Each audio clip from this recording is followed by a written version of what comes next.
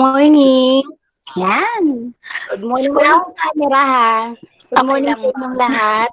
Okay, so feeling excited and proud. Ay, isa lang pala excited. Excited kasi alam ko na maraming mga learnings ng ang mga teachers na makukuha ngayon.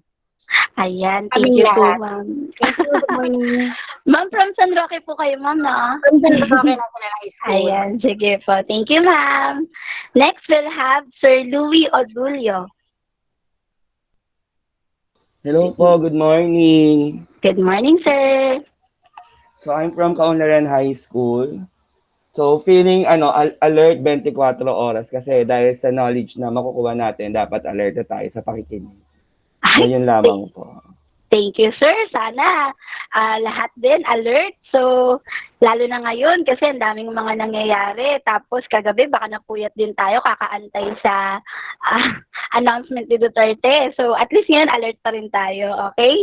We'll proceed to Ma'am Mary Grace Magno. Good morning, ma'am. Ma'am Mary Grace. Are you there po? Okay. Mukhang may problem kay Ma'am Mary Grace. Sige, we'll proceed to Ma'am Mildred Corpus. Good morning, ma'am. Good morning po. Ayan. Good morning po sa lahat. I'm feeling excited po for new learning today. Feeling excited. Parang lahat po ata tayo excited. Sana hanggang sa dulo masustain natin ang excitement natin. Are you from what school, ma'am? I'm from Tangos National High School po. Okay. Thank you, ma'am. Next, we'll have Sir Ramon Avenido. Sir Ramon? Hello po. Good morning po. Good morning, sir. Good morning po from Kaunlaran High School po with Sir Banawa po. Hello po. Awaiting na po ako ng mga learning for today din po. Feeling excited na rin ba kayo, sir? Yes po. Ayan. Sige, thank you, sir.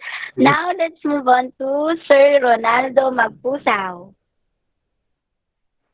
Good morning po from San Rafael Technological and Vocational High School.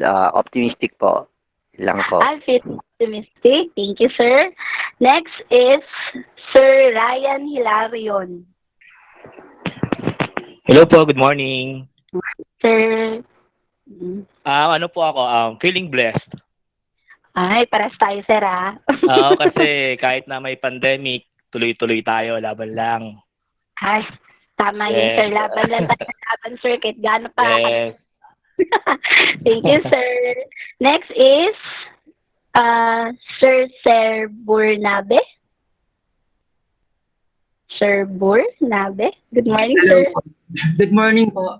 Ako po si Mr. Berlin Bernadette from San Roque National High School.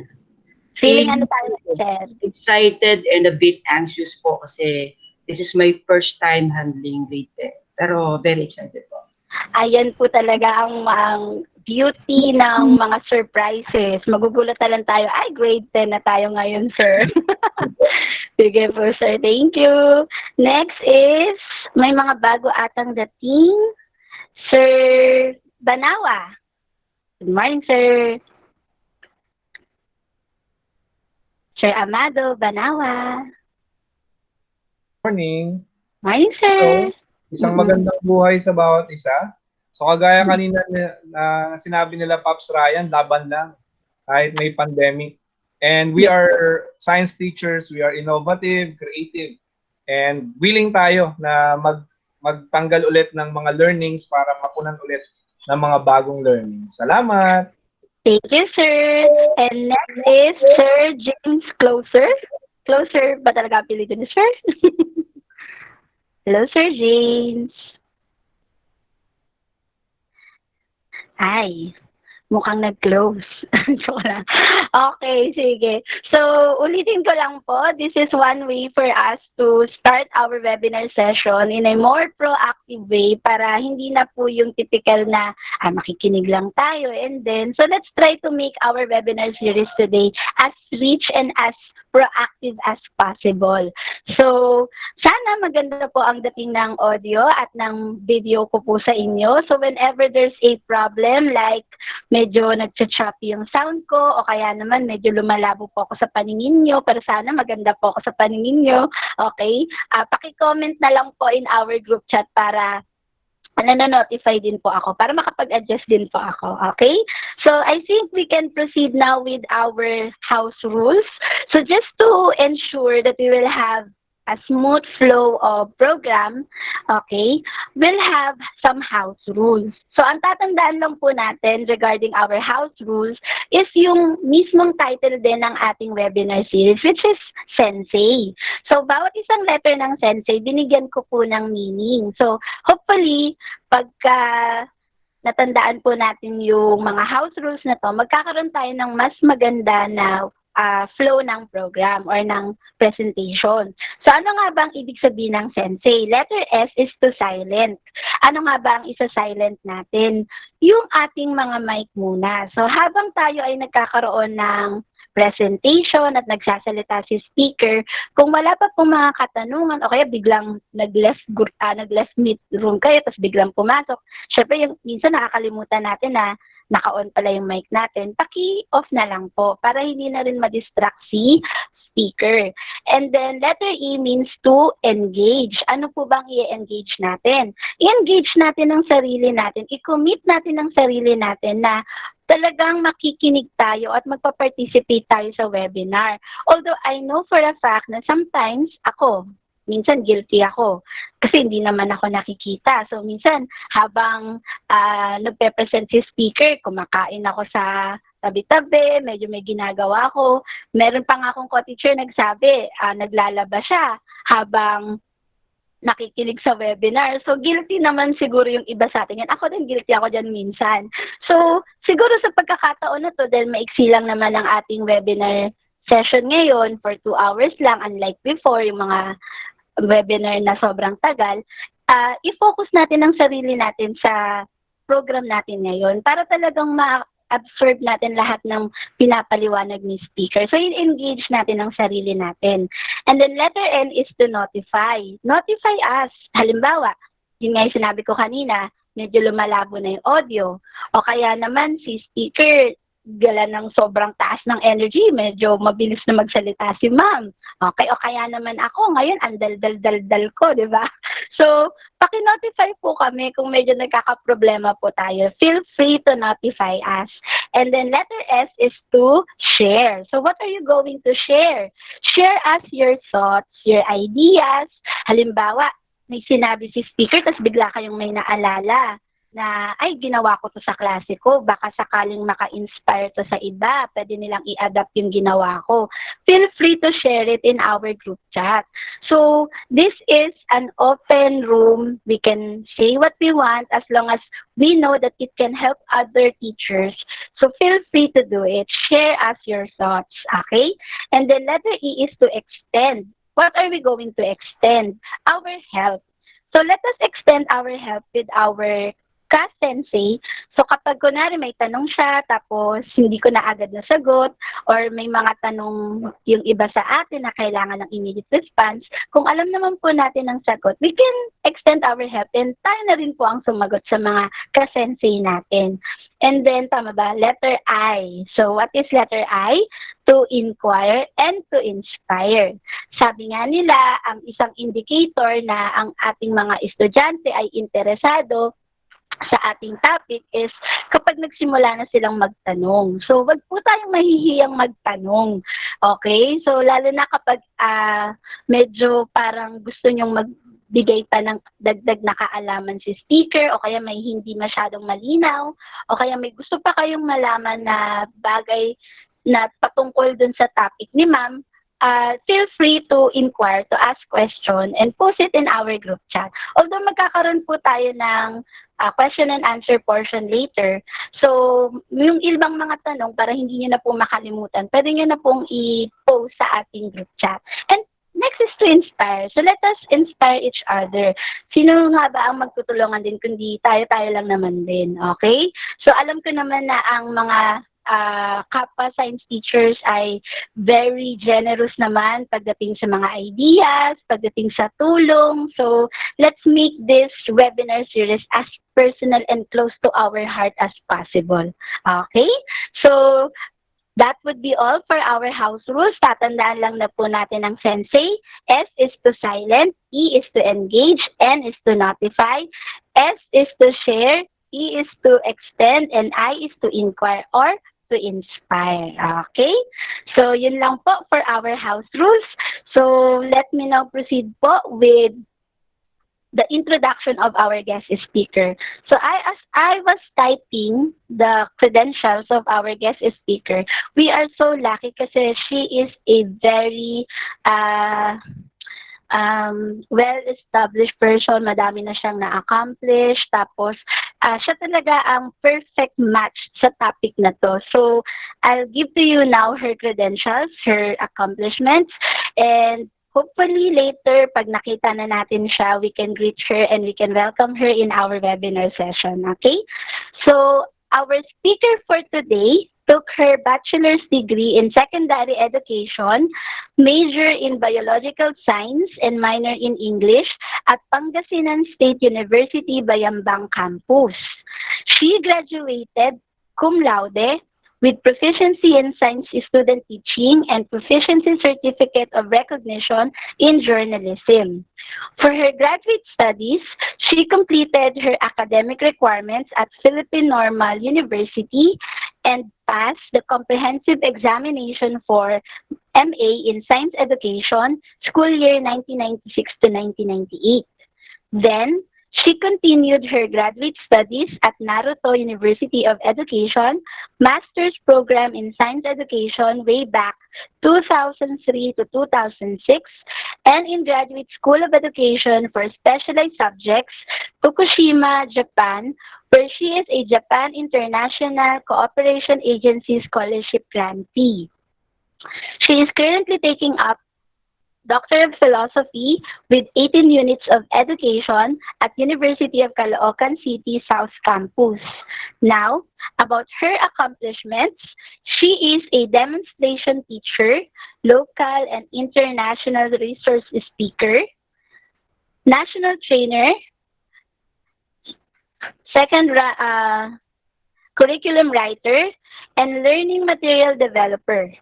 Her awards include District Level Outstanding Science Teacher, August 2013, Division Level Outstanding Science Teacher, Second Runner-Up, August 2018, Regional Level Winning Coach in Science Fair and Quiz, Regional Level, National Level Winning Coach in Science Fair and Quiz, International Level Outstanding Presenter on Disaster Mitigation during the Educators Colloquium at the Second Philippine International Science Fair held at the First Pacific Leadership Academy, Antipolo City, Rizal. Okay, so fellow educators and science teachers, let me welcome Ms. Digna Cabardo, Paningbatan, Master Teacher 2 at Quezon City Science High School, and she will be presenting the topic, Developing 5 Cs of Grade 10 Learners Utilizing Home-Based Activities. Welcome and good morning, Ma'am Digna. Hello. Good Hello, morning po sa ma'am. lahat. Wow. Hello, ma'am. Kamusta naman kayo, ma'am? Ay, nako. Narinig ko yung mga introduction kanina. Nakaka-positive vibes. Okay. Saka yung moderator natin, ang galing-galing. Maraming salamat po for your very kind introduction. At thank din, ma'am. Napakadaldal ko. No, pasensya na. Okay lang po yan, ma'am. Kailangan po yan sa ating... Ma'am. Feeling ano po kayo ngayon? Ay, ano po ba, ma'am? Actually, ako, in one word lang ba? Kahit madami ko, okay lang. Ay, ako excited ako. I feel excited every time I share to teachers. Okay? So, ang haba po ng introduction mo sa akin, nalula po ako. Nag-nosebleed nga ako, ma'am, sa dami eh. Hindi naman po. Okay. Okay, One well, thing for congratulations, sure ma'am. po, maraming salamat po. So, one thing for sure, napatunayan ko po, kahit ako po nag-speak na sa international forum or congress or conference, yung ka ba nang magtutok ka sa maliit na group or sa malaking group, pareho lang po yun, actually. Meron ka ba pa rin, ma'am? Of course po, kailangan po yun para magkaroon ng adrenaline rush. Ay, sige Para po, ma'am. mabilis. So, Opo, I'll opo. leave you po the floor na po, ma'am, ha? And then if you have any concern, ma'am, or you need assistance, just call in my name, ma'am, ha? Okay po. Just call Sige your name po. and you'll be there. Yes, ma'am, I'll be there. Okay. Sige po, So, ma'am. maraming salamat po. Actually, yung project po ninyo na Project Sensei is very close to my heart. Okay. Nabanggit po kanina na I took my master's in Japan. May share ko lang po sa umpisa. When it was my first day in Naruto, University of Education, hindi po kami tinuruang mag-bending, mag-airbending, waterbending, and so on. Naruto po talaga ang pangalan ng university. Okay, since wala pa akong knowledge ng Japanese word, I call my teacher, si Professor Takeshi Kozai. Tinawag ko po siyang Kozai-san. Ang dami po niyang kasama mga professors. Nagulat po sila kasi yung pala, I should have addressed him Kozai Sensei, which means a teacher. So very memorable po sa akin yung word na yan. Okay. So much for that. Actually, tama po yung sabi ni ma'am. This morning, we will do more of the sharing. Okay. Though I've been in the service for 25 years now, okay, learning is still continuous. So, wala pong tao na may monopoly po ng knowledge. So, as mentioned by our moderator, si Ma'am Katryn, pwede po kayong mag-share sa chat box. Okay? At nga pala, na-download or na-install niyo po ba yung QR code scanner na app? I hope you have that in your phone. Kasi po, gagawin nating interactive yung ating presentation, yung ating session. Okay? So, let me share my slide now. Nahawa ko kay Ma'am Katryn. Madaldal po ako. Thank you po, ma'am. Pasensya talaga. Masaya nga po eh. So, parang kwentuhan lang po tayo ngayon. Ano po? Ayan. Okay. So, this is the Project Sensei. So, sinabi na po. So, this is the last day. Mamaya po pala ay mayroon na kayong closing ceremonies. So, I was tasked to share with you developing 5 C's of grade 10 learners utilizing home-based activities. By the way, in our school, at first or for 3 years, we were made to teach different levels based on our specialization. So, although my first lab was biology, so when I took my master's, natural science po siya, and it so happened that my teacher was a geologist and at the same time, curriculum developer. So, yun po ang malaking influensya sa akin. So, my second lab now and more lab is Earth and Space or Earth Science. So, my discussion or my sharing will flow, okay, as follows. So, evolution of MELCs. Of course, we all know that MELCs stands for Most Essential Learning Competencies. And then we have here the 5 C's in science education. And we'll have remote teaching and learning science 10. Ayan po. So, hindi na po bago. Kagabi, in-announce po ni President Duterte na tayo ay epicenter pa rin ng COVID-19. Ayan. So, the objectives of today's sharing are as follows. First, show the evolution of MELCs.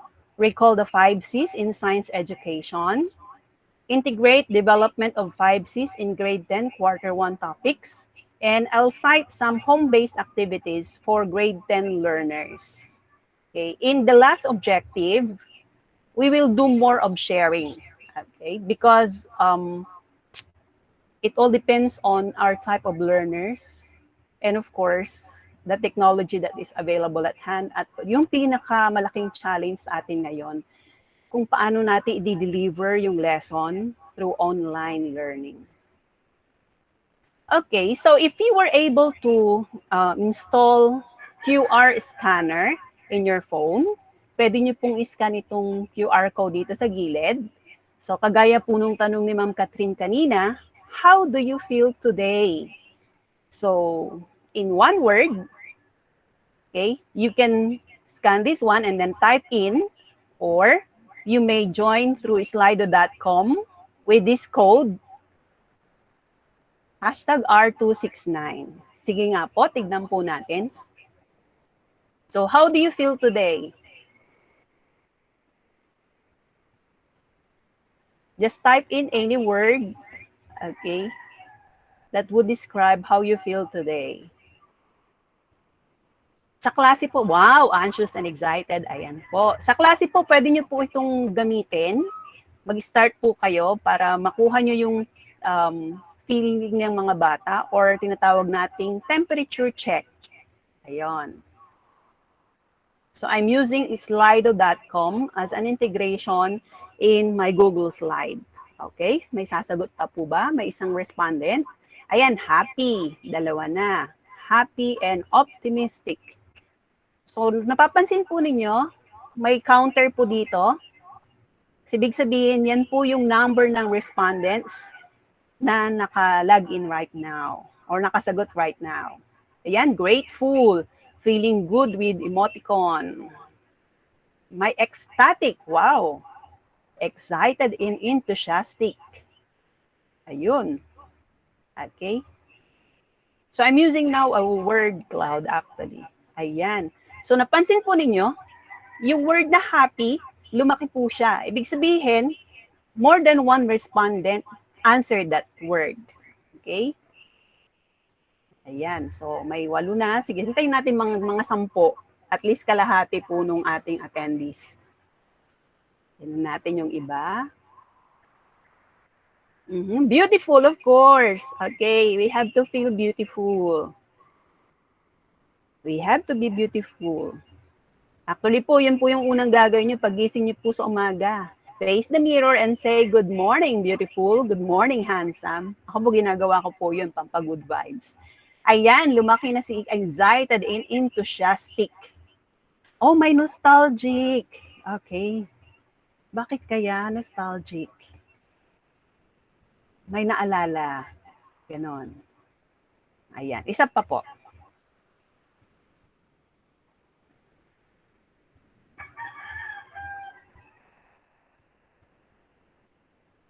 Ayan, so ang pinakamadaming sumagot ay excited and enthusiastic and happy. So all positive vibes. Okay. One last response.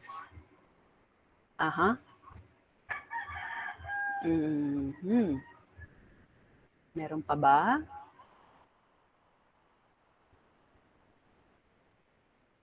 Okay, so sa klase po natin, lalo po kapag synchronous po yung activity, ibig sabihin, sabay po kayo naka-online ng bata, pwede nyo pong gamitin ito sa umpisa ng klase. Temperature check. Just add on slido.com if you're using Google Slide. Pwede rin po siya sa PowerPoint actually. Okay, so siguro, next na tayo. Okay, my personal question to you is, how long have you been teaching Science 10? Okay, so we have here options or choices, above 15 to 20 years. Wow, less than a year. 6 to 10 years. Ayan, so 50%, so dalawa. Okay. Ayan, less than a year, 1 to 5 years. So napapansin niyo yung may pinakamataas na percentage, siya po yung nasa unahan. So out of 8 respondents, 38%, 1 to 5 years. May 10%.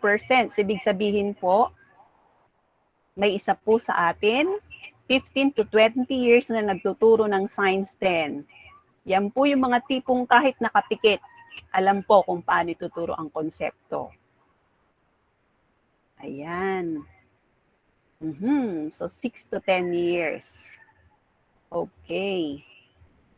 Merong 20%, so 2 out of 10. Okay, less than a year.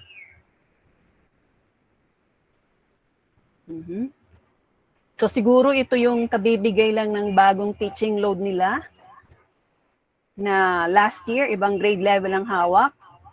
Ngayong pasukan, magiging grade 10 na po. Okay. Walang sumagot ng 20 to 25 years. More than 25 years, wala. Okay. So, ayan. So, mostly, 30%. Okay. Majority ba to? So, 6 to 10 years. Sila yung pinakamadami. Pero ang majority, ito po. Pag pinagsama niyo po to. Okay? So, based from these responses, so I can say na maraming mag-share po mamaya. Salamat po. Okay, now let me take you to the first part of my discussion, the MELT evolution in Science 10 Quarter 1. So the latest edition that we are using right now is the curriculum guide, K-12 curriculum guide, which was published in 2016. Okay, and in that CG, we have the learning competencies. Okay, and in 2020 to 2021, that was after the GCQ or ECQ was imposed. Sinabi po na magkakaroon po ng essential learning competencies. And then this May 2020, okay, the essential learning competencies have evolved into most essential learning competencies or MELCs. Ayan po. So ito po yung ating focus ng discussion ngayon. Bakit tinawag sila most essential learning competencies? Okay? So from, I think that's self-explanatory. Essential, that means important, most. So, ibig sabihin, pinaka. Actually po, based from the inventory of learning competencies, the competencies for science were cut down by 34%. Okay, 34 or 36% if I'm not mistaken. Okay. Now, this is my topic to be shared. Of course, geology. We all know that in Earth and space, there are three areas. So we have geology, meteorology, and astronomy. Okay, but I will focus on geology. In grade 7, this is the key standard. Learners will explore and locate places using a coordinate system, and they will discover that our country's location near the equator and along the ring of fire influences elements of our Philippine environment. Ayan. Okay. Then in grade 8, so sa grade 7, nag-start siya sa Philippine environment. Then in grade 8, you have this, as a result of being located along the ring of fire, the Philippines is prone to earthquakes. Using models, learners will explain how quakes are generated by faults. So it's more a discussion of earthquakes and faults, and they will try to identify faults in the community and differentiate active faults from inactive ones. I hope in your class you have used the fault finder apps by Phoebox para malaman po ng bata kung meron pong active fault na malapit sa area nila o wala po. Then in grade 9, being located along the ring of fire, the Philippines is home to many volcanoes. Then using models, learners will explain what happens when volcanoes erupt. They will describe the different types of volcanoes and differentiate active volcanoes from inactive ones. They will also explain how energy from volcanoes may be tapped for human use. So kung makikita ninyo, nagli-level up po yung concepts, okay, as the grade level progresses. Then in grade 10, so these are the key level standards or key stage standards. Using maps, learners will discover that volcanoes, earthquakes, epicenter, and mountain ranges are not randomly scattered in different places but are located in the same areas. And this will lead to an appreciation of plate tectonics, a theory that binds many geologic processes such as volcanism and earthquakes. So actually, kung napansin po ninyo, yung progression of learning, okay, from grade 7 to grade 10, these are the topics rather in grade 7, the Philippine environment, along with the task competencies. So ito po siya, Philippine environment po. Then comes grade 8, you have earthquakes and faults. And then you have your movements along faults that generate earthquakes. Then grade 9, you have volcanoes. And then these are the subtask competencies or the competencies themselves actually. And then we have the plate tectonics. And this is one of the competencies, okay, in grade 10. If you've been teaching grade 10, napapansin niyo wala na po siyang meteorology saka astronomy pagdating sa grade 10. Kaya dun po sa curriculum guide nakalagay po, from weeks A to J, plate tectonics lang po siya.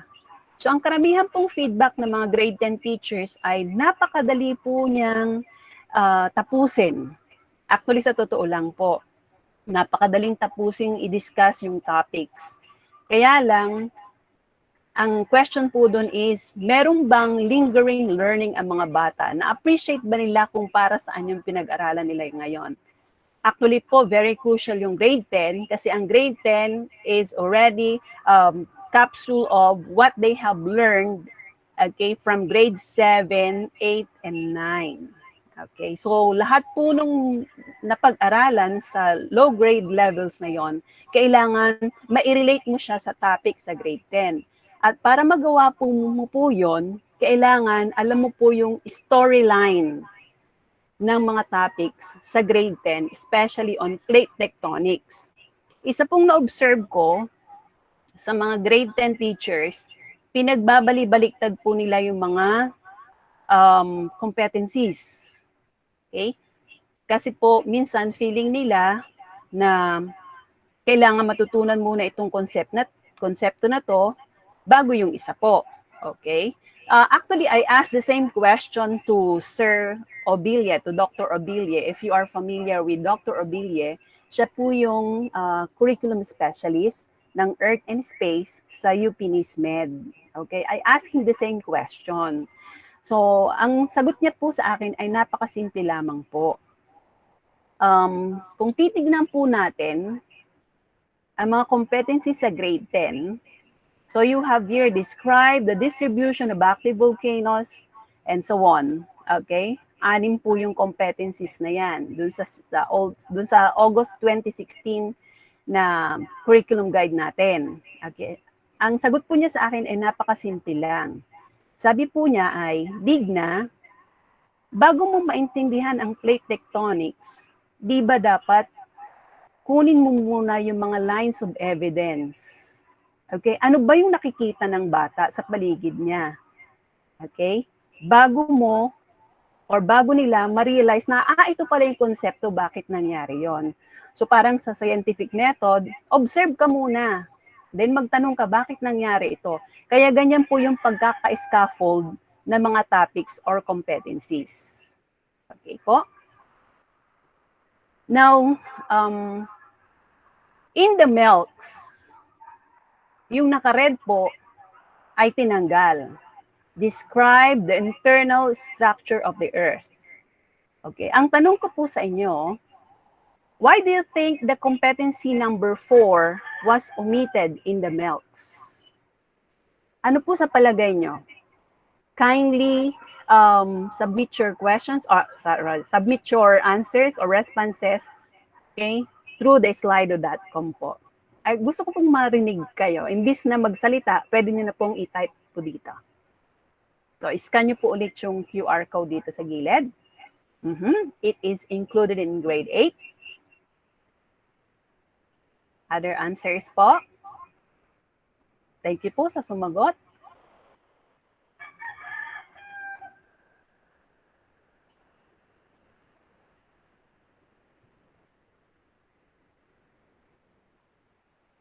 Meron pa po bang ibang sasagot?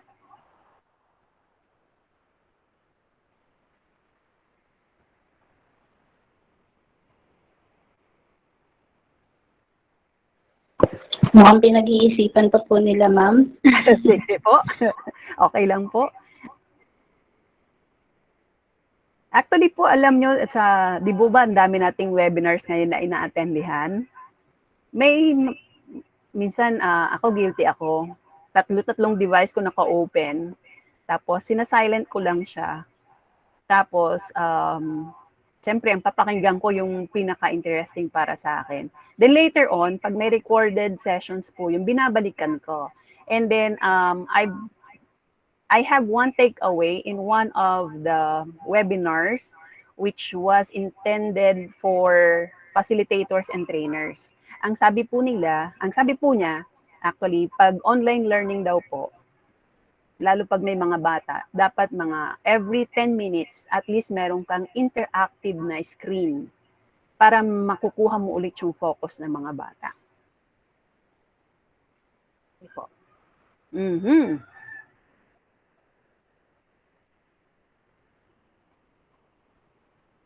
It is included in grade 8. So, may isa lang pong sumagot.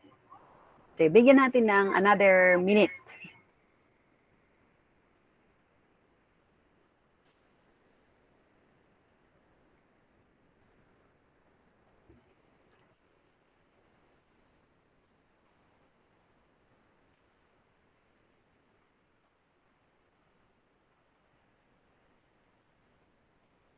Repeated in other grade levels.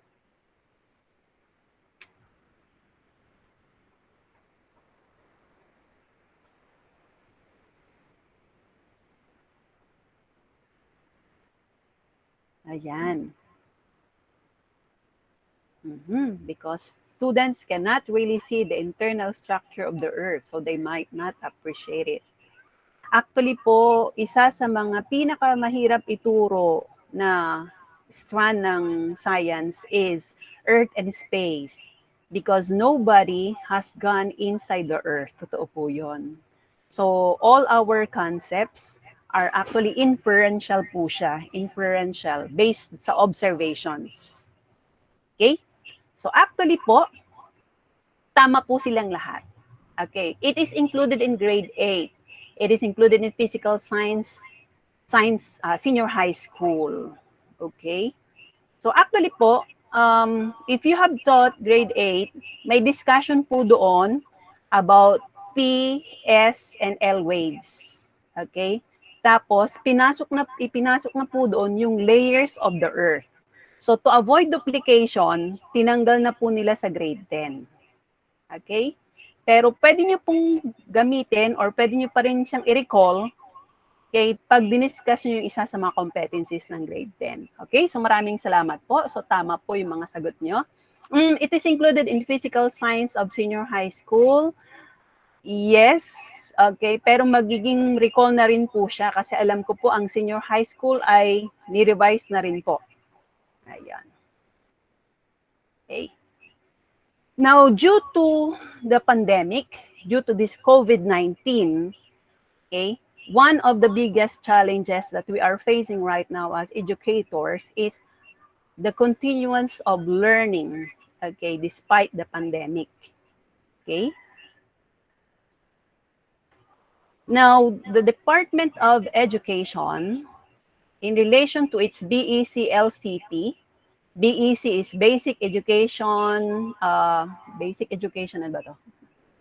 Okay, Basic Education Curriculum, okay, Learning Continuity Plan, okay. Ayan. Naglabas po ng DepEd order ang ating ahensya. So, number 12, series of 2020, last June 19, 2020, which is the adoption of the basic education curriculum po pala yan, okay? Learning Continuity Plan for school year 2021 in light of the COVID-19 public health emergency. Whereas, Section 14 says, okay, there should be no face-to-face classes until safe. Okay, so isa po yan sa ating primary concern ngayon. Wala po tayong face-to-face. Okay, however, learning must be continued. So, naglabas po sila ng poster na ganito. So, sa mga lugar na hindi naka-ECQ or GCQ, I think sa mga ilang provinces, ito po yung gagamitin nila. They have face-to-face. However, it's still subject to physical and minimum health standards. Second is blended learning.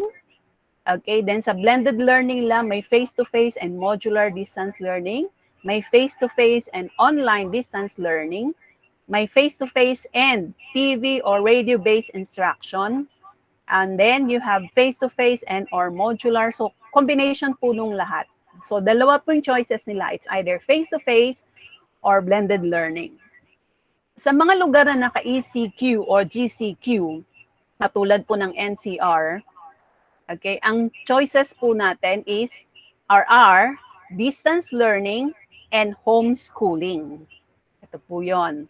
Now, under distance learning, we have online distance learning and modular distance learning or TV or radio-based instruction. So, kagabi po, nag-announce din si President Duterte na bibigyan daw po niya ng budget na pang-internet ang mga teachers at ang mga schools. So, sana po all, ganon. Okay? So, isang napakalaking challenge po kasi we are used to face-to-face instruction.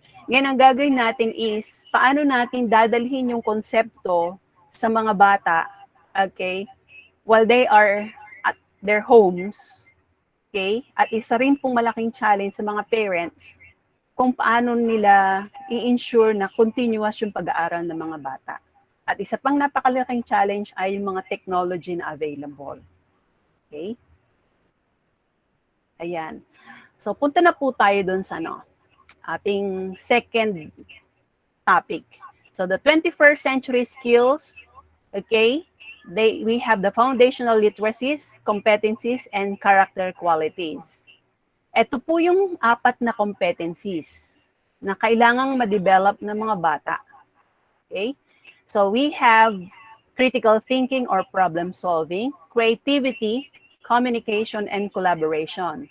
This all ensures lifelong learning among our students. Okay? Pero 4 C's lang po ito.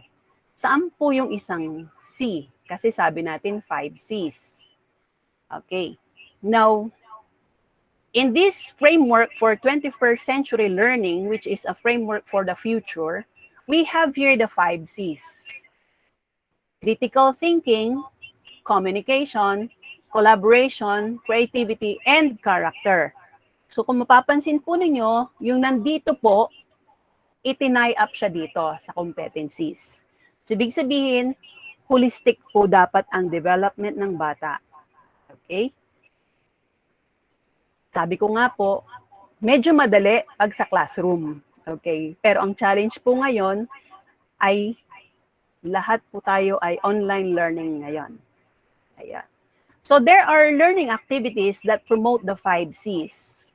Alam ko po, this will be discussed further by Ma'am Maika Pacheco later in the session. Nakita ko po sa poster niyo po. She will be discussing the 5 C's in development of modules. Okay. Actually, yung module na yon may nilalamang mga activities. So dapat yung activities may 5 C's siya para yung module din mismo ay may 5 C's din. Okay, so character. So you have to foster integrity, honesty, fairness, and respect. Okay, and so on. So it's more on the character. It's more on the behavior of the child as he goes into learning. And then critical thinking. So ito po yung mga parang indicators niya. So identify, manage, and solve complex local and global problems. Ask meaningful questions. Analyze, synthesize, and apply knowledge. So alam naman natin na ito po yung higher order thinking skills. Okay, isa po siya sa mga higher order thinking skills. Then communication. So kahit online po dapat yung mga mag-aaral natin ngayon, they must demonstrate understanding and they must analyze diverse points of view and listen carefully. Nako, so dapat po, ibig sabihin, for example, ang science class nyo po ay good for 4 days, isa sa mga araw na yon ay naka-online kayo pareho ng bata para mapakinggan mo sila. Okay? When they cite their points or when they share their points of view. Pero kung hindi naman po possible, pwede naman po siyang written. Okay? Then another one is argue a point persuasively and substantively, orally and in writing. Ayan. So gaya ng nabanggit ko po kanina, pwedeng oral, pwedeng written. Collaboration. I think this is one of the biggest challenges ngayon. Collaboration. Paano po magko-collaborate yung mga bata? Nasanay po tayo, nag-group activity po sila sa classroom. Eh ngayon po, paano nila gagawin yon online? Okay? Pwedeng synchronous, ibig sabihin sabay kayong naka-online, or pwedeng asynchronous. They do it on their own, however, may collaboration pa rin among the members of the group. Okay? Kaya ako po, sa school namin, sinuggest ko na sa start ng orientation ng mga bata as well as parents, we will advise them na they will be grouped already. So may section. So usually sa isang section po, ang estudyante po namin ay maximum of 32. Okay? So yon 32, 33. So basta hanggang 35 lang. Okay? I-group na po namin sila at the start of the class. Tapos, if it's possible, we maintain that grouping in other subjects. Ganun po. Kaya lang, syempre, may choice din yung ibang subject teachers. If they want to adopt another set of grouping, okay lang po. Kaya lang, ang suggestion po namin sa admin is sana pareho na lang para hindi naguguluhan yung bata. Okay? Then later, siguro pagdating ng second quarter, we may regroup the students. Okay? Para naman makasalamuhan nila yung ibang mga bata sa klase. Virtually. Ayun. Okay? Ayan, no? So use technology to share ideas and stimulate intellectual growth. Creativity. Ayan. So we let the students use the trial and error. They present imagine alternatives, explore possibilities, and they have to use their natural curiosity to promote intrinsic motivation and love of learning. Ayan. So you allow them to tinker, okay, on materials that are available at home. Okay. Ito po, mahirap din po kasi marami tayong mga laboratory equipment na kailangan sa experiment. So paano nila gagawin yun sa bahay? Okay? Like for example, yung mga beaker, ano pa ba? Dropper, yung mga ganon. So, pwede namang meron silang alternate na equipment. Yung mga measuring cup nila sa bahay, pwede na nilang gamitin. But see to it that, yun nga lang, medyo masasacrifice dun yung precision and accuracy. Okay? So, kailangan i-balance din natin. Okay? Pero kung sa chemistry, medyo mahirap. Sa atin kasi sa Earth and Space, walang ganong ka-critical na measurement involved. Okay. Ayan. Let me share with you this e-learning systems theoretical framework. Okay, marami pong nakasulat, ano? Pero I want you to concentrate on these instructional strategies on the lower left, lower right side. Okay. Yan, lower right side. So ito po yung mga instructional strategies or e-learning activities which we may use in our class. Alam ko ginagawa na po natin ito sa face-to-face instruction. So paano natin ito gagawin or dadalhin sa mga bahay ng mga bata through online learning? As I have said, ito po ang isang malaking challenge sa atin. Ayan, contextualizing instruction, presenting and cueing content, and so on. Ayan. Anyway, share ko naman po itong slide ko. So, pwede nyo po siyang gamitin as reference. Okay? So, scaffolding. Okay? Paano nyo po ililay down sa mga bata yung mga tanong, yung mga activities in such a way na i-observe nyo pa rin yung art of questioning. Okay? Isang napakalaking hamon po sa atin yan. Now, let me share with you this instructional design for home-based learning. So, ang sabi po, based on ADDIE model, So, ADDIE po kasi ADDIE. So, first you have to do analysis. Tignan po kung ano ang kasalukuyang kalagay ng mga estudyante. Then from there, you design an instructional material, okay, which the students will be using in their class, in learning. Then, so dito sa design, you think of the approach. Then, you develop the material. Then, you implement. Okay. Then, evaluate. So, dito papasok na yung validation. Actually, bago nyo po gamitin sa mga bata, it's advised or it's advisable that you have to validate it first in terms of content, okay, language of course, kasi syempre kahit gaano kaganda yung activity, kung hindi maintindihan ng bata instruction, okay, hindi rin siya hindi ma-maximize yung learning. Evaluation, tapos from evaluation, pag nakitang may loopholes, i-strengthen ulit, then i-revise ulit, and so on. Ayan, so cycle lang po siya. So this is for home-based learning. Actually, I found this ADDIE model applicable in all types of learning materials, be it home-based or classroom-based instruction. Now, for online learning, ang sabi po ni Diana Elishera Ango, it is not just about the technology. She said, in online learning, we have to use the TPAC model.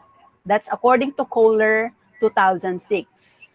Okay? Wherein 3 essentials should be looked into: content, technology, and pedagogy. So you have to have a knowledge of all these 3 aspects para sa online learning po. In content, you should know what the students need to know against what is good to know. Okay. I think that's one of the reasons why we came up with the MELCs, what the students need to know at present. Okay.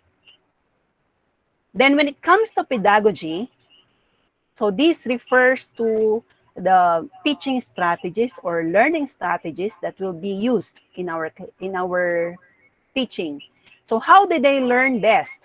So first, kailangan alam mo kung ano yung mga klase ng learners mo. Okay? So sila ba yung klase na mga kinesthetic lang? Okay? Pero napakahirap i-gauge yan, ano? So siguro maganda sa first day of class, gumawa ka ng parang learning style inventory. Ako sa klase ko po, palagi kong ginagamit po yun. After ng orientation ko sa klase, the following day, I give them a short learning style inventory. Okay, tapos pag nakuha ko na po yung response nila doon sa learning style inventory, marami po siyang available na learning style inventory online. Pwede nyo po siyang i-adapt, piliin nyo na lang po yung pinakasimple. Okay, tapos i-group mo kung sino si kinesthetic, sino si linguistic, yung mga ganun po. Okay, tapos nire-reshuffle mo sila within the school year. Then how should information be presented? Okay, modular ba siya? Activity sheets lang? Okay, sa synchronous ba siya or asynchronous and so on? How will the information be consumed? Okay, so paano ngayon siya ituturo sa mga bata?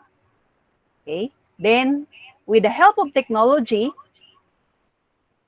okay, ito po yung tatanong ninyo, what's available to me? Is support available to me? How much time do I have? So it's already first day of July. So in August 24, we are expected to have our opening of classes. So as early as now, alam ko po, pinapagawa po tayo ng mga supplemental learning materials. Supplemental kasi po, may bibigay po ang DepEd Central Office na learning packets. Okay? Kaya lang di pa po natin alam kung anong nakalagay doon. Okay? So, siguro maganda, i-prepare na rin yung mga possible na learning materials, especially if you are from a science high school. Okay? Yung mga supplementary materials para dun sa mga topics na ini-enhance ninyo for science high school students. Okay? Pwede din gumawa na rin po tayo ngayon ng mga activities na pwedeng gamitin pang-enhance sa mga batang medyo hirap. Aside from the learning packets which the DepEd will give us. I have learned po na yung learning packets daw po will be made available online at pwede rin po siyang i-print out. Okay?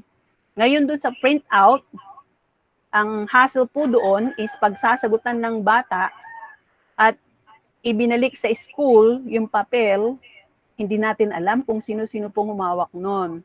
So, ang advice po namin sa mga parents na magpiprint out, pipicture na lang po yung accomplished worksheet ng bata. Hindi na kailangan ibalik sa school yung papel.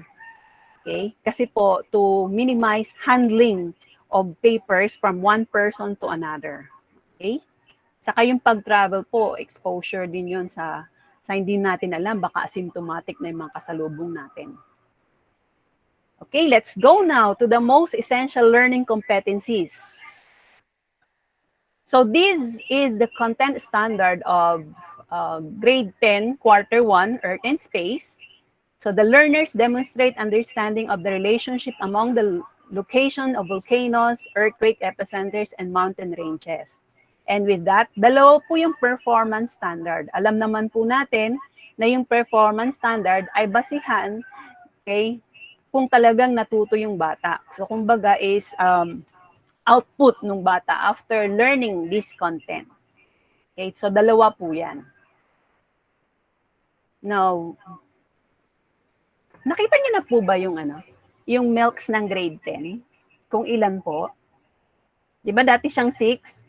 Naging 5. Yung pinaka-final pong lumabas ay may nakalagay na pong code at may nakalagay na weeks na po.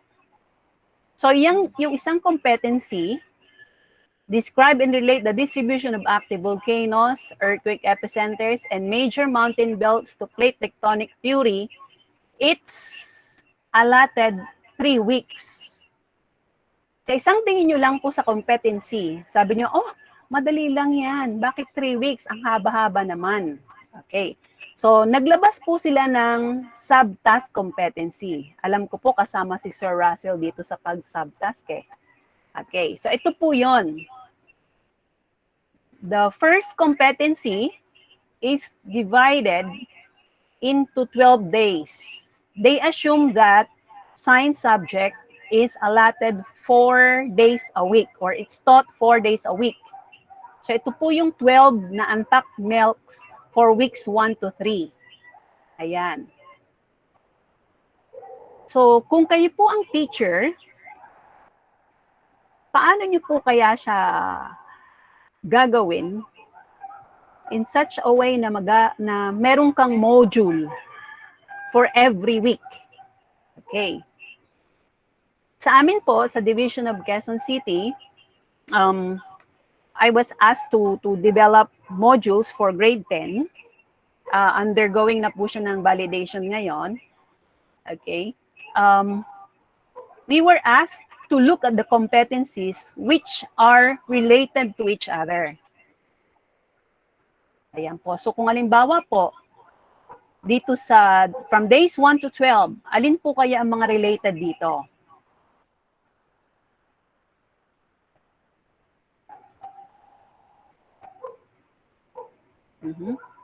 Okay. Kung ako po yung magtuturo, yung days 1 to 4 po ay related sila. Why? They are all about the lithosphere, the plates, the lithospheric plates, and the basis for dividing the lithospheric plates. Ayan po. Now, paano po siya ituturo sa klase? Okay. Sample home-based activities. Okay. You can have simulation po. Okay? Pwedeng mag-simulate yung bata. So, in simulation, okay, you allow them to collaborate with their group mates. Okay? Pwedeng through text, pwedeng through chat, pwedeng messenger. Okay? Pwede mo ring bigyan sila ng worksheets where you will ask them to build models. Now, since grade 10 na po yung mga yan, ako po na-impress pa ako sa mga grade 10 namin. Okay? Ang ginagamit po nila dati is clay, di ba? Clay.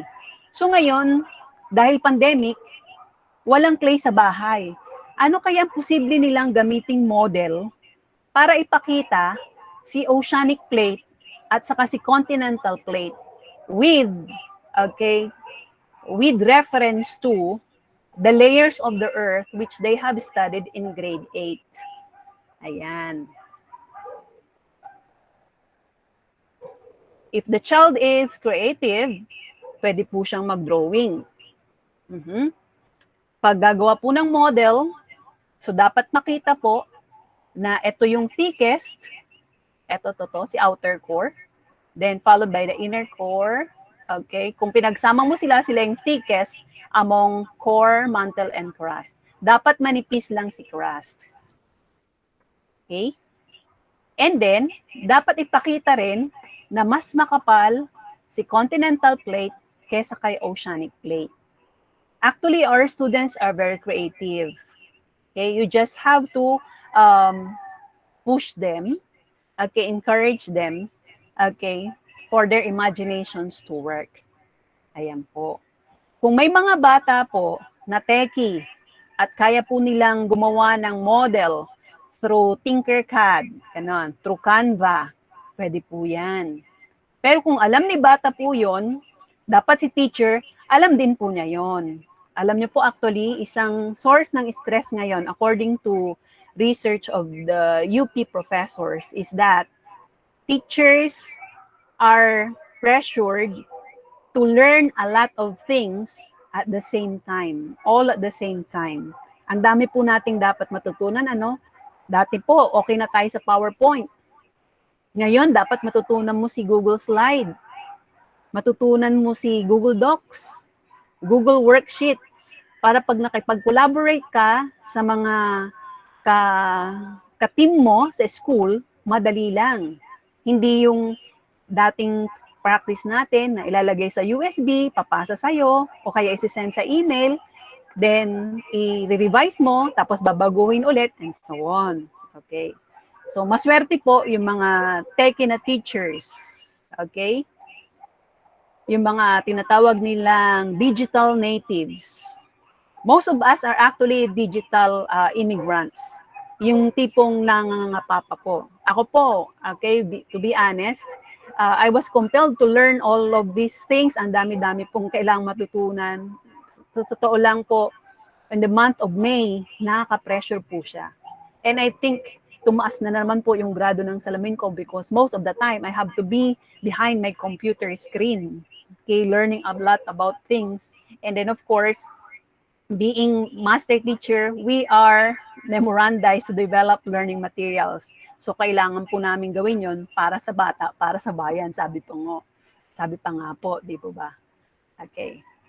Actually po, kung pwede rin po, pwede nyong gawin na i-video yung sarili ninyo kay doing these activities. Pwede rin po yon. Now, the concept which must come out of that activity should be this, that the Earth's lithosphere consists of crust and the brittle part of upper mantle. Marami pong misconception na nagsasabi na ang lithosphere lang daw ay crust. Hindi po. Kasama po yung brittle part ng upper mantle. Okay, yung malutong po na part niya. Kasi susunod po doon is asthenosphere. Okay. Then we have the continental crust is thicker but less dense than the oceanic crust. Okay. So, paano po palalabasin yung konsepto na yan? Para lumabas po yung konsepto na yan, let the students do a research. Bakit kaya denser si oceanic crust? Dapat ma-realize po ni bata na si oceanic crust ay mostly made up of basalt.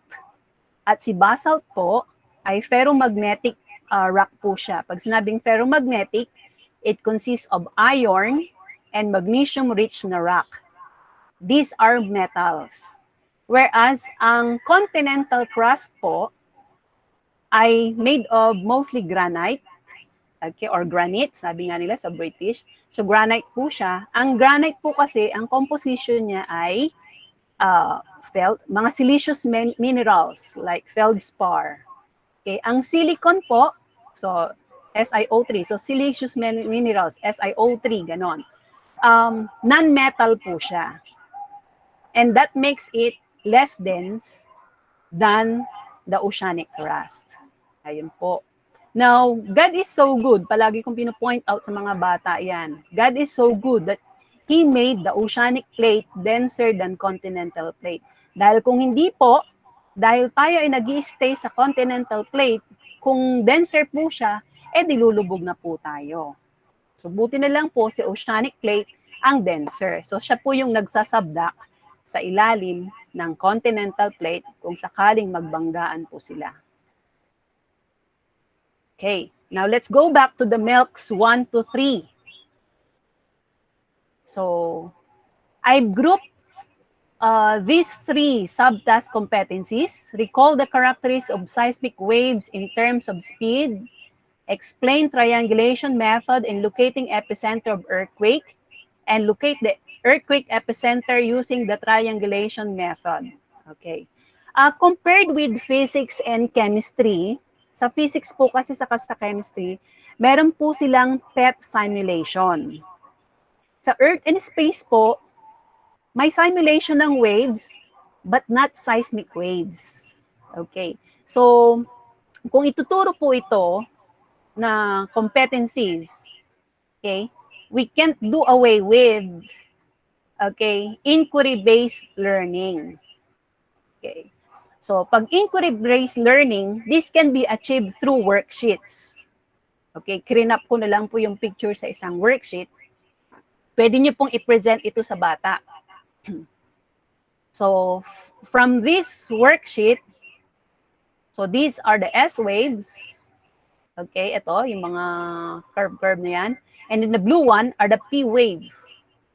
And then you have here, okay, the people or humans at different or strategic places on Earth. Okay. So, una, syempre, tatanungin mo si bata, ano nakikita ninyo? What is common in here?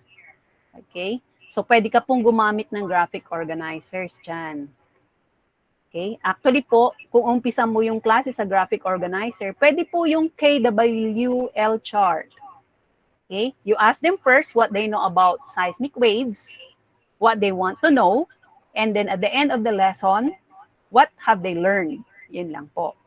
So, and then, you ask them to observe. Ito. So, earthquake waves are felt here, except for these 2 points, which are called the shadow zone. Ayan. Okay? Tapos, pag napansin po ng bata, so kailangan yung scaffolding of questions mo, nagle-level up po siya. So you start from what is observable here, and then you ask, okay, how do the P waves behave? Okay? You may ask, okay, what layers of the earth did it pass through? Ayan. So makikita nila, dumaan siya sa crust, okay, dumaan sa mantle, dumaan sa outer core at inner core. Dumaan, okay? But look at S waves. Dapat alam na po ni bata yan na nakita na niya. Walang S waves sa outer core. At since wala siya dyan, okay, lumihis na po doon. Okay, sa point na yon. Okay, please recall also that they should have learned the difference between focus and epicenter sa grade 8 po. Yan. So parang yung dating ano rin na sa lesson, you start with review, okay, then you set the mood, okay, tapos saka ka na ngayon mag-present ng bagong mo lesson. Ayan. So graphic organizers are a big help.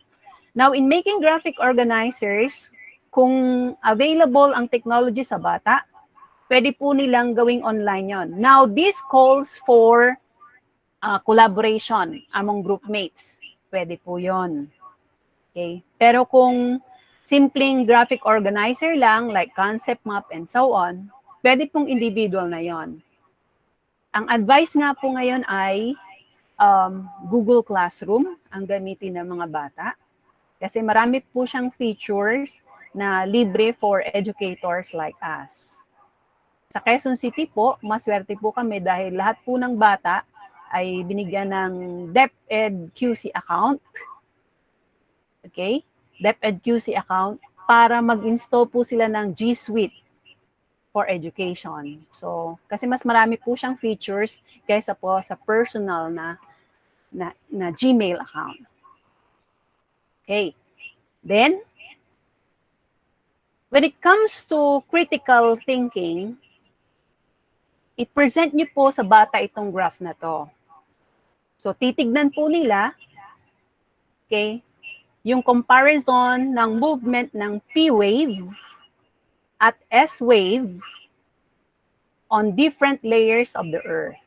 Okay. So, actually, this is another way of presenting this one. Ito po. Okay. So, graph po siya. So, it's velocity here. So, they all know that velocity is the speed plus the given direction. And these are the layers of the Earth. Okay.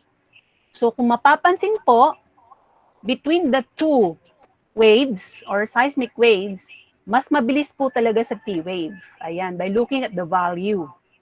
Okay. Then, pagdating po sa transition zone or sa boundary line, okay, nagiging, ano nangyayari po sa speed niya?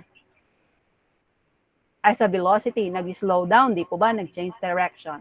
And then, bibilis ulit si P wave. Okay. S wave, bibilis siya, tapos biglang i-change ng direction, then magiging zero. So, stop na siya. And it doesn't appear anymore here in the outer core. Then, bigla siyang, if the earthquake wave is of high magnitude, mag-appear po siya sa inner core. So, wala pong nare-record sa outer core. So, dito na po papasok yung inference that the outer core is liquid, but the inner core is solid. Kasi alam naman na po, mula sa grade 8 lesson, that S waves travel only in solid layers of the Earth. Okay? Then, ito po yung graphic organizers na pwede mong ipagawa sa bata. Pwedeng concept map. Okay? O pwedeng ka rin magpa-drawing, kagaya nung ganito. So, depende po. Kaya lang, at the start, malinaw dapat yung criteria for rating ng bata. Para hindi rin iba-iba. Okay? Ayun po.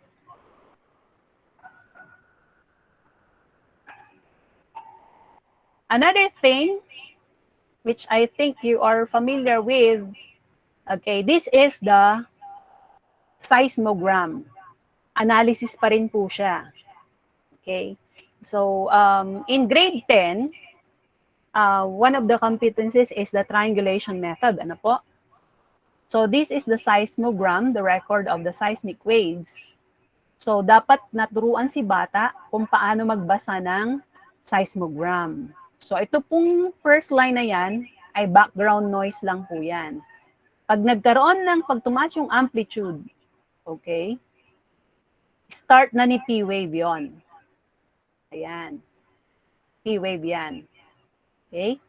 Then, pag nag-iba na naman po yung amplitude and including the height, of course, okay, si S-wave na po yon. Okay? S-wave po yan hanggang dyan. Then, pagdating dito, eto na si surface wave. Ayan. Eto na po siya. Surface wave na po yan. Okay. Importante pong malaman yan kasi para ma-pinpoint si epicenter, unang-unang kukunin ng bata is difference ng arrival time ng P wave at S wave. Okay? Ayun. Then afterwards, okay, bago ka mo magawa ng ganito, kailangan mo po ng ganitong graph. Okay? This is the travel time curve for seismic waves. P waves are the fastest. Ayan. Followed by the S waves. And then, pinakamabagal po si surface waves, namely Rayleigh waves and love waves. Ayan. So, paano po natin ito i-apply? Halimbawa po, dito sa seismogram na to, you have here time in minutes. Then you have here, at this point, after the background noise lang po yan. Pagdating dito, naging rugged na po siya. So, ibig sabihin, the P waves arrive first. Okay? Ang estimated time po is 2 minutes and how many seconds? 1, 2, 3, 4. Okay. 60 seconds in 1 minute. So, bawat line natin dito ay 15. So, 2 minutes and 15 seconds. Okay.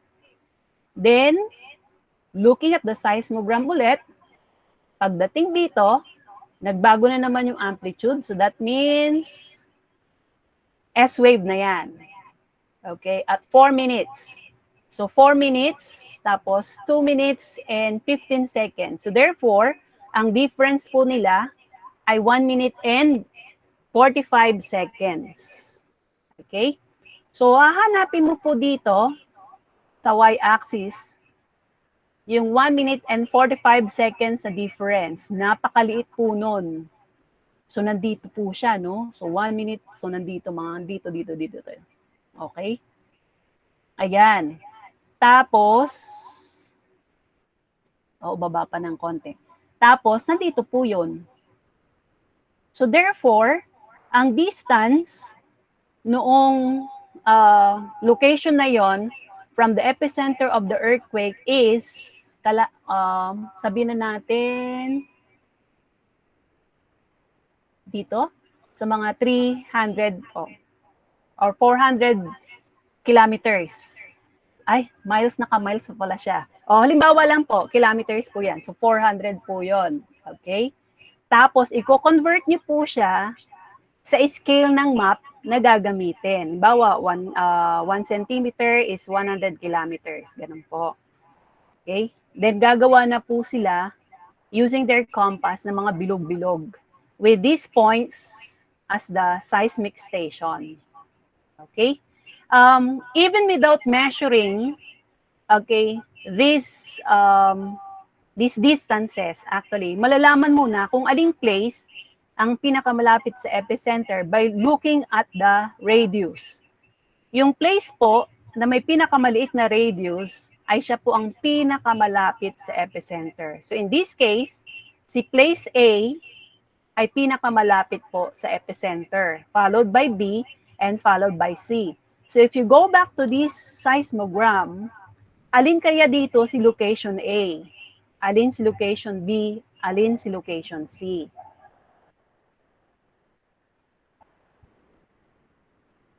Okay.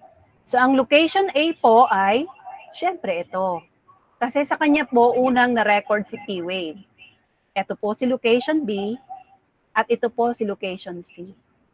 Okay? Actually po, si P and S waves,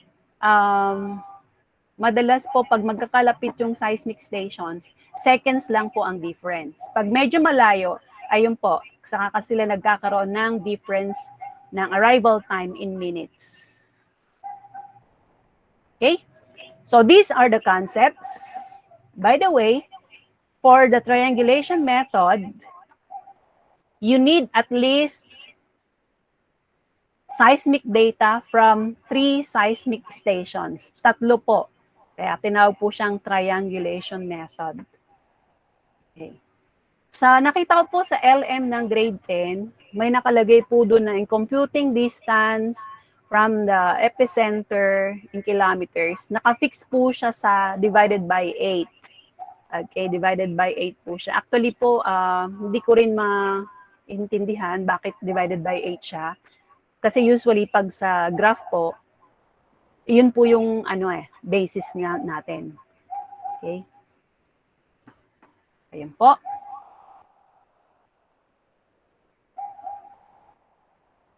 And the remaining competencies for this, you have for day 8 to 12.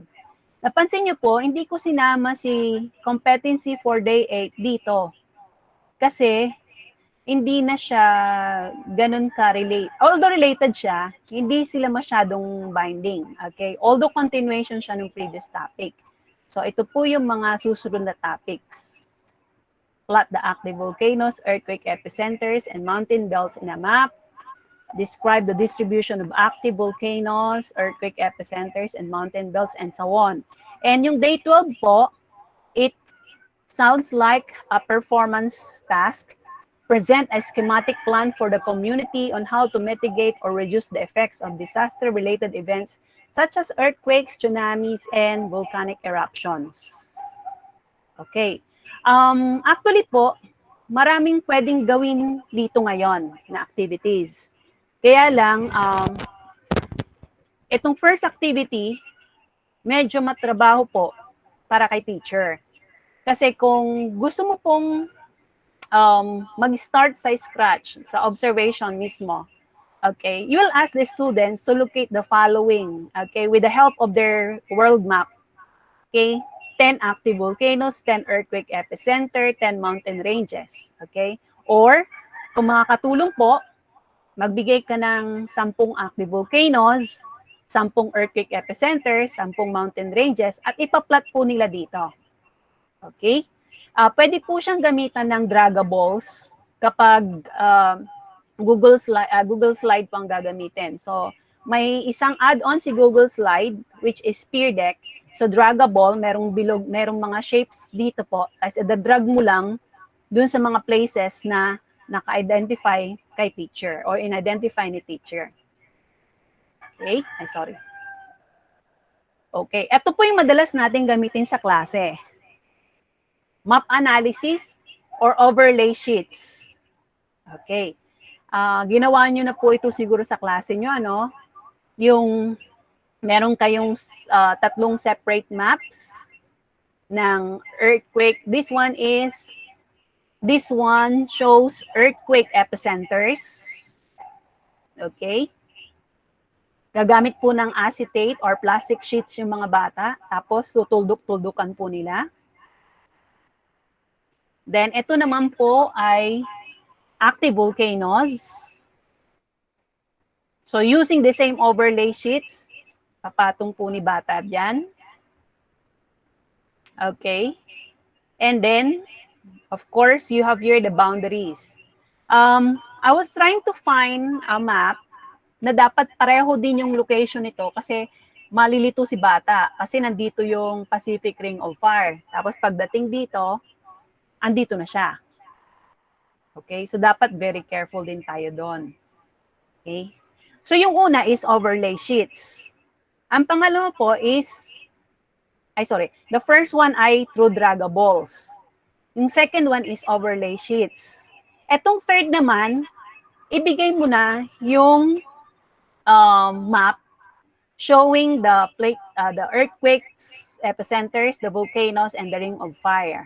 And then, you just scaffold the questions for the students to learn. Again, depende po sa capability ng mga learners natin. You know your learners best, kaya pipili na lang po kayo kung alin po ang gagamitin nyo doon. Now, this can be done online, okay, by making worksheets that can be made available online. Pwede po siyang i-post sa Google Classroom, okay, or kung may Kotobi, okay, Kotobi author and may Kotobi reader si bata, pwede po kayong gumawa ng e-book, okay, for these activities. Okay. So, basta yung pag-scaffold ng questions, we should be very careful. Kaya dyan po papasok yung mga ating mga validators. Okay. Now, these are the mountain ranges. Ayan. Okay. So, pwedeng gamitan ito ulit ni bata nung overlay sheets. Yung first two kanina. Ito yung pangatlo.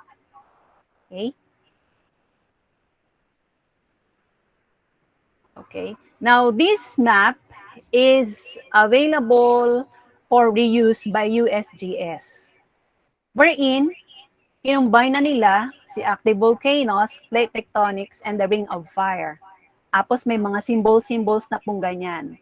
This map is of big help if your lesson is already on identification of plates, the major plates. Ito po. Okay. Now, in our division, we were asked to make supplementary learning material or e-material rather, we call as SLEM. So, pinagawa po kami nito. So, sa week 1 to 3 po, 3 modules po yon. My assignment was on we're on module 2, which is earthquake, and module 3, which is on plate tectonics theory. Yung module 1 po, ibang writer. Okay, so right now po, undergoing po siya ng validation. Okay. Now, from those activities, ito po yung mga kailangan lumabas na konsepto.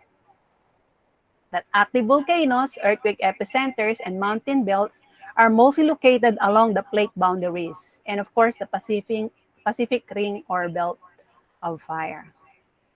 Okay. Now, since this is a sharing, how do you teach competency for weeks 1 to 3 in the class? Kayo po, paano po ba tinuturo yung competencies na nabanggit ko? Subtask competencies, 12 po yun. Pero actually, isang competency lang yun. Good for 3 weeks. Kasi po kung hindi yun hinimay-himay, madali lang po talaga siyang ituro.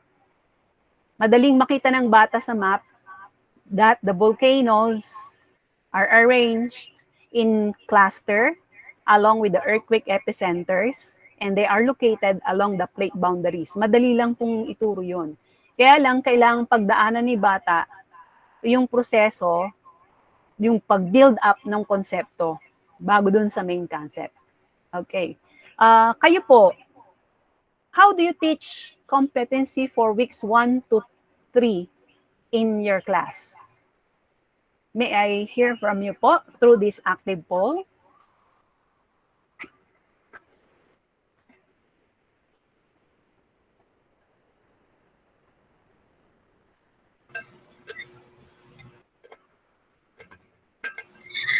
Okay, dear participants, kindly participate po by going to slido.com po, ma'am, no? Yes po. Pwede po nilang iscan yung QR code na nilagay ko po. Mas madali. Pag may QR scanner po yung phone nila. Mukhang busy na yung ating mga teachers. Pag-prepare ng lunch. Or baka ma'am, kasi gamit nila phone. Okay, gamit phone. Actually po, yung slide, yung QR code scanner, mas mabilis po siya sa phone eh. Madali lang po siya. Ayan, thank you po sa sumagot. So worksheets based po, ayun po. We cannot do away with worksheets really. Ngayon, ang gagawin po natin dapat is i-digitize si worksheets. Yun po yung hamon sa atin. According to LC calendar that we provide in our LP, we plot LCs in a calendar. Okay? Yan, plotting. There are options naman po. One is using modules. Second, if online, may mga prepared materials and presented. Triangulation, overlaying, ayon. So pareho po tayo ng ginagamit sa klase. Actually, best practice na po siya talaga, yung overlaying.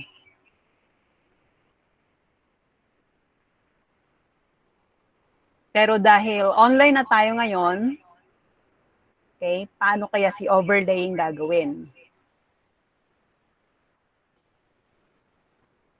Ang naisip ko po doon is collaboration po ng mga group mates.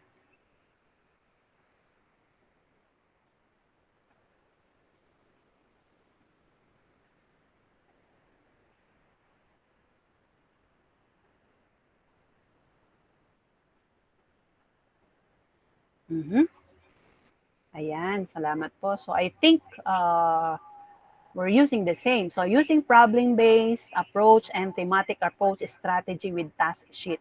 Tama po yun. Himay-himayin ang mga gawain sa klase. Worksheets po. Okay po. So kailangan na natin talagang i-digitize yung worksheets natin.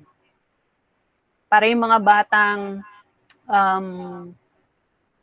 may access naman sa internet, pwede nila makita online. Pero yung mga batang walang access sa internet, ipiprint out na lang po. Ganun pa rin. Okay? Pero dapat hindi pa rin nawawala si mga 5Cs. Okay, salamat po. Let's go to week 4. So, kalahati na po tayo. Remember, week 8 po ang total number of weeks sa grade 10. Hanggang anong oras po ba ako, Ma'am Katryn? 11:30? Yes po, ma'am. Until 11:30 po, ma'am. Okay, sige. So, kailangan ko ng bilisan. So, describe the different types of plate boundaries. Ito po yun. Ito po yung unpacked milks for week 4. So, it's mostly on type of plate boundaries, okay, lithospheric plate, movement in each type of plate boundary, okay, and the relationship of the type of plate with the stress on rocks. Ayan, okay. So, as usual, ang pwede pong gawin dito is map analysis. Okay, pwede ring animation, pwedeng video. Okay, actually, ito po. So, may video po na available online na pwedeng panoorin ng bata in relation to this topic. Okay. Magandang makita ni bata na dito na may mga arrows which are pointed in different directions. So, ito, may dalawang nagbabanggaan. Ito, may dalawang nagsa-separate, separate, separate. Tapos ito naman, they slide past one another. Okay? Pasok na po dyan yung type of plate boundaries.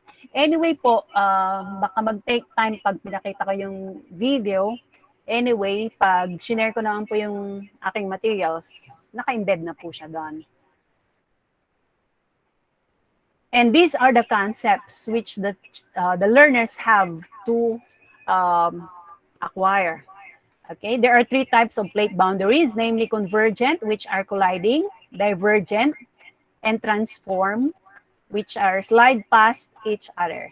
Okay, so madalas po may mga naglalagay po dyan ng transform fault boundaries. Okay, wag niyo na po ilagay yung word na fault, kasi ang discussion po ng fault ay sa grade 8.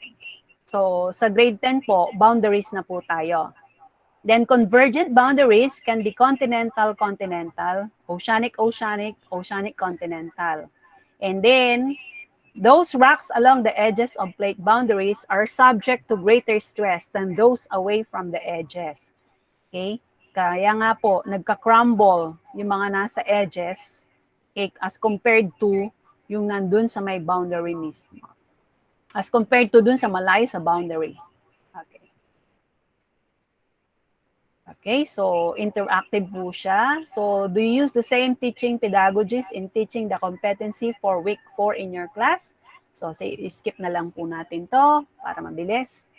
Then, for weeks 5 and 6. So, napansin po ninyo, pangatlong competency na, pero weeks 5 to 6. So, ito na po yung processes that occur along the plate boundaries. 36.3.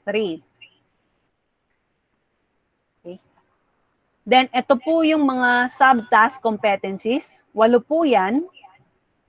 So, again, i-divide mo ulit in such a way na magkakasama yung mga magkakapareho. But the way I see it, lahat po sila ay related. Okay? So, siguro unahin mo na lang. So, first week, eto hanggang yung first 4. Tapos second week, eto na lang po. Then, the performance task, which is expected of them, is that they have to prepare a presentation, either multimedia or album, on the different geologic processes that occur along the plate boundaries. Okay, so this calls for collaboration among students in your class, among learners in the class. Now, how do I teach this? Again, graphic organizer po, model, simulation, pwede rin pong storyboard. Okay? So storyboard, like if you were a traveler, and then parang yung sa kwentong journey to the inside of the earth, parang ganun po. Okay? So, ganun mangyayari. Then meron din pong video na pwede rin gamitin for the students to see the simulation of these processes along the different boundaries. Okay? So, convergent boundaries are destructive margins where the old crust is destroyed, and these form mountains, volcanoes, and island arcs. Diyan po nabuo ang Pilipinas sa convergent boundaries. Ano po ang nagbabanggaan sa Pilipinas? Ay nagbabanggaan bakit nabuo ang Pilipinas? So you have the Pacific Plate and the Eurasian Plate po. Okay, I think everybody is familiar, or I think everybody knows that most part of the Philippines is within the China Plate. Konting part lang po ng land natin ang nasa Philippine Plate. And I think that's the reason why Chinese are claiming ownership over some of our islands. Ayun. Tapos nagbanggaan po sila, pareho po silang oceanic plate, yung edges po nila. At dahil nasa ocean at pareho ng density, pagbangga po, walang magsisink, dahil pareho sila ng density, tendency is mag-rise pong ganon. Tapos sa paligiran po ng tubig, so that forms an island arc. Okay? Then we have divergent boundaries as constructive margins. Bakit constructive? Kasi po, in the mid-ocean ridges, lumalabas po dun yung magma, and then paglabas po is lava. Pag nag-cool siya, nag-form ng panibagong crust. Kaya constructive margin po. Then mid-ocean ridges and reef valleys are formed. Very good example po dito is the African rift system. Okay? Then transform boundaries are conservative margins. So walang landforms po na bubuo, walang mountains, walang volcanoes. Okay? No new crust is formed or old crust is destroyed. So slide pass lang po. So ang result po niyan is earthquake. Lahat po nangyayari, nagkakaroon ng earthquake in any type of plate boundary. By the way po, ang earthquake ay hindi bigla ang sumusupot. Okay? There are earthquakes which are very weak. There are earthquakes which are very strong. Okay? Actually po, kada minuto merong earthquake na tayo nararanasan sa mundo. Kaya lang, parang tao po yun, nag-iipon lang ng galit. Tapos pag nag-release po ng galit, nag-release ng stress, yun po yung earthquake. Okay? Ayan, so may interactive poll ulit. Lampas na natin to. Then week number 7, describe the possible causes of plate movement. Kung mapapansin po ninyo, yung previous competency, 36.3 po siya. Ang sumunod na po is 36.5. So please take note na hindi po binago yung learning competency code po, ha? So tinanggal lang po siya. Walang binago. So 36.5. After 36.3, 36.5. Then these are the subtask competencies. Ito po yun. Describe and simulate seafloor spreading and so on. Convection current, ridge pool and slab pool.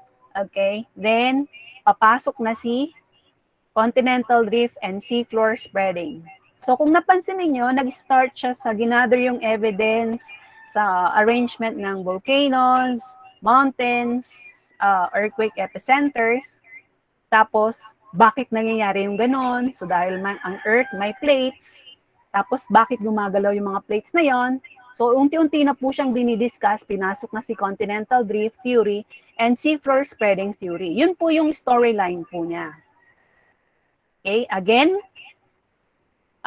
kung kaya po ni Batang mag-experiment sa bahay yung si convection, meron po ditong video clips which they can watch, which they can do simultaneously, pwede rin po, basta with guidance of an adult. Okay. Then, kung hindi naman po, pwedeng gamitin tong illustration na to and let them analyze this convection cell that is happening within the mantle. Ang pinakasimpleng ginagawa ko po dito sa klase is naglalagay po ako ng styro sa tubig. Tapos, imagine mo na yung styro ay crust, tapos yung tubig ay mantle. Pag ginalaw po si mantle, since nakadikit siya kay, since nakadikit sa kanya si crust, nagmo-move po yun. So yun yung reason bakit nagmo-move yung plate. Ibig sabihin, yung liquid part na sa ilalim niya gumagalaw. Okay, kaya gumagalaw din siya. Okay? At bakit siya gumagalaw? Convection currents. Okay, due to difference in temperature, okay, and pressure dito sa ilalim. And density, of course. Okay. Then, pwede kang magpa-graphic organizer para sa continental drift timeline. Pwedeng gawin itong digitized, pwedeng worksheet. Okay? Pwede nyo rin gamitin yung mga cutouts pag si continental drift, yung cutouts. So, ilagay mo po kung paano ang arrangement ng continents. Pag siya ay Pangea, then after millions of years, then current or present arrangement, and then millions of years from now. Ganun po. Okay? Pwede po ito online. Pag synchronous, draggable din po siya. Okay, please explore po sa peer deck.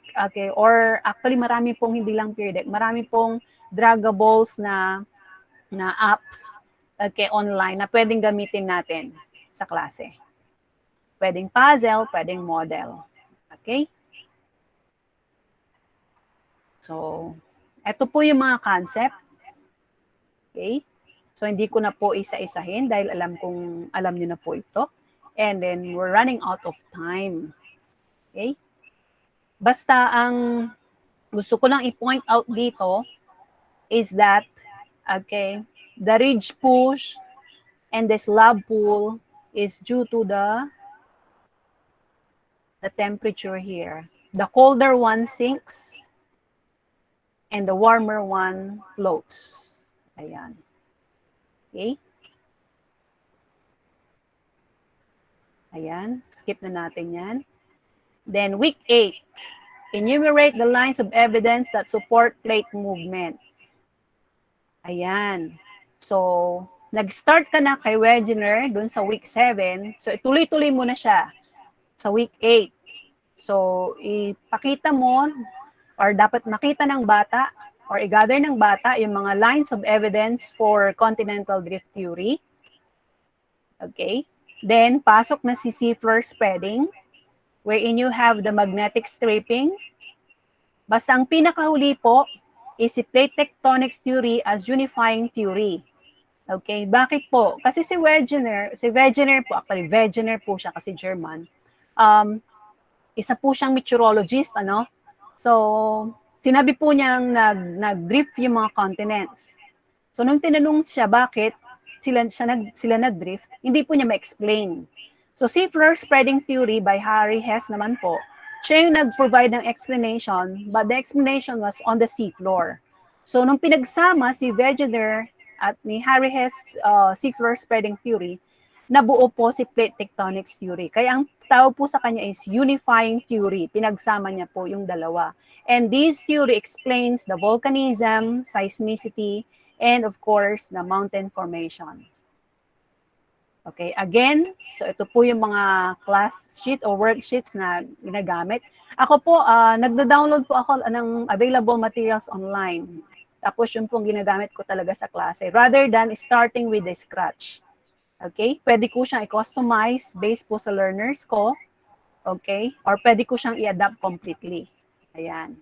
So, nakakatulong po talaga yung video pagdating sa mga earth sciences na topics. Video, simulations, animation. So, meron po dito mga videos.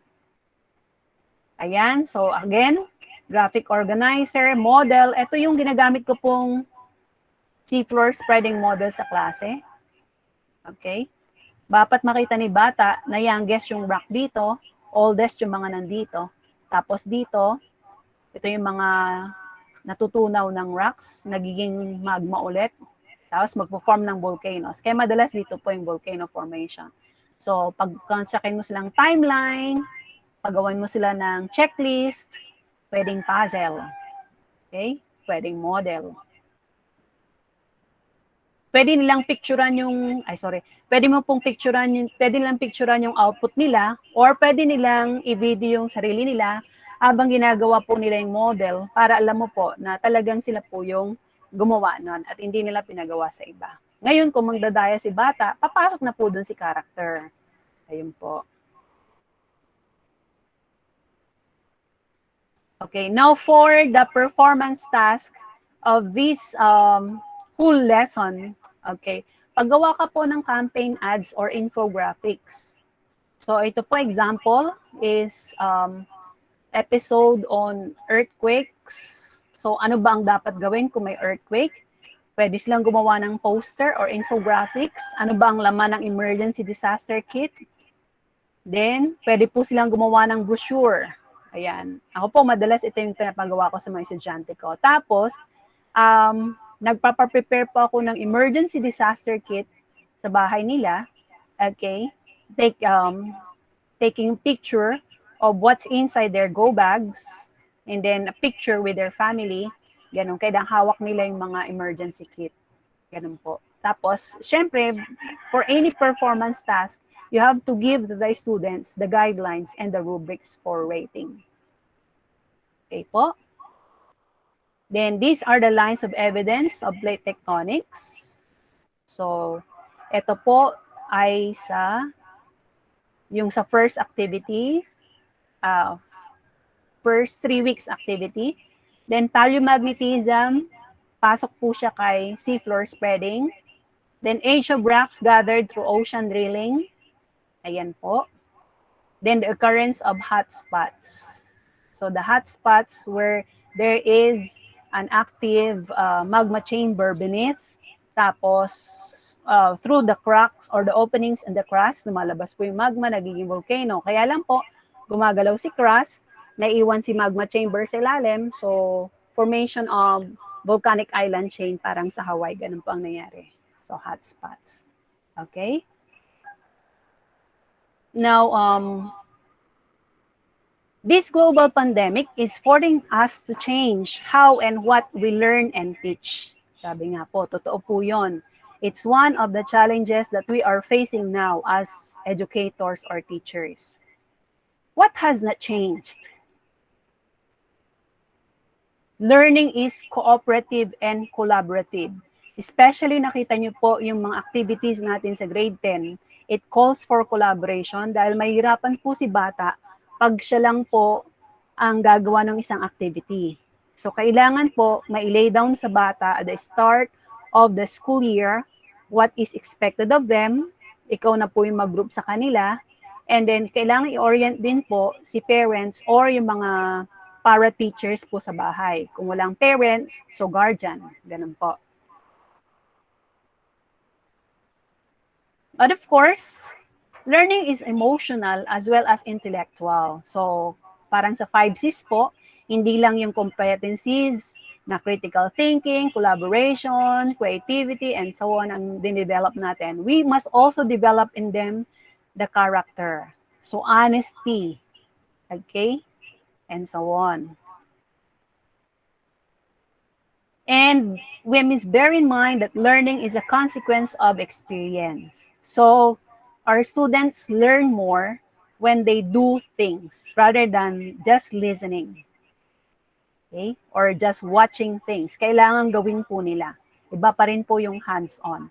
May mga virtual labs na pwede nyong panoorin or pwedeng gamitin sa klase. Okay? May nakita akong parang Smithsonian Lab na pwede pong gamitin sa klase for Earth and Space. Maganda po siya. Okay?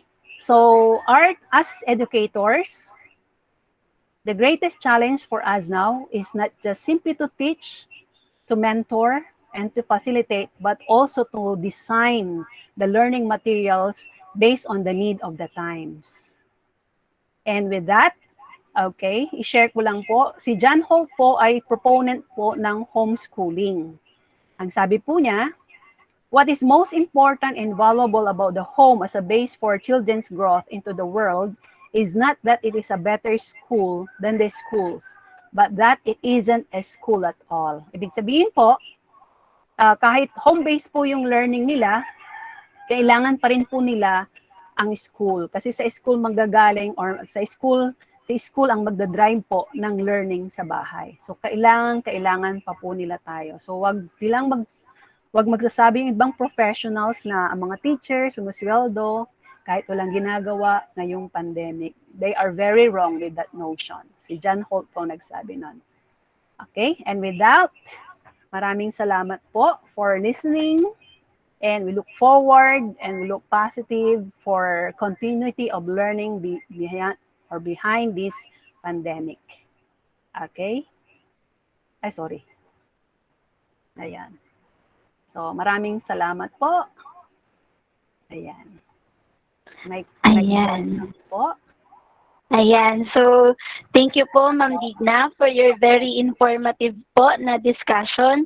Actually, gusto ko lang po i-emphasize yung mga sinabi niyo, Ma'am, na yun nga, there's nothing constant in this world but to change. So kung nagbabago na ang environment, dapat pati din po tayo magbabago din ang ating mga methods.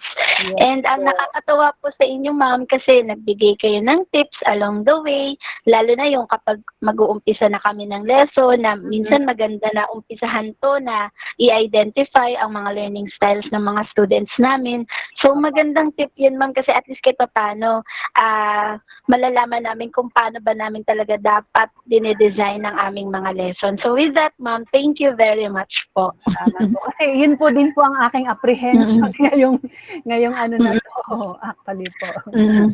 Actually, Ma'am, may mga nagko-comment na po dito na thank you daw po. Maraming salamat po. Ayan. Natuwa naman po sila, Ma'am, kasi very comprehensive po. Sinimulan niyo sa pagpapaliwanag ng concepts, tapos binigyan niyo po kami ng mga ideas. Tapos, ang nakakatawa dun, Ma'am, kasi tinuturuan niyo kaming maging mga language teachers din na gumamit ng mga graphic organizers. Kaya naman, target din namin yung mga iba't ibang type of learners sa pamamagitan ng mga manipulative. So, thank you, Ma'am, dahil doon. Okay, maraming salamat po. Sana po nakatulong. We can do this together, Ma'am. We can do this together. Malaking tulong, Ma'am. Ayan. So, dahil po dyan, baka may mga katanungan po tayo para kay Ma'am Digna. Open na po ang ating Q&A. So, sino po ba ang gustong magtanong kay Ma'am? Or if you do not have any question, gusto niyo pong mag-express ng appreciation kay Ma'am, you can turn on your mic po so that Ma'am can hear you. Okay? So, magbabasa-basa lang po ako, Ma'am, from Ma'am Mildred. Thanks a lot po, Ma'am, for a comprehensive discussion. From Ma'am Valdez, thank you, Ma'am. Very informative and beautiful presentation. Actually, hindi lang ang presentation ang maganda, pati si Ma'am maganda. Ay, salamat po. So, siguro, Ma'am, baka sa itatype in na lang nila or baka i-message na lang din po nila kami for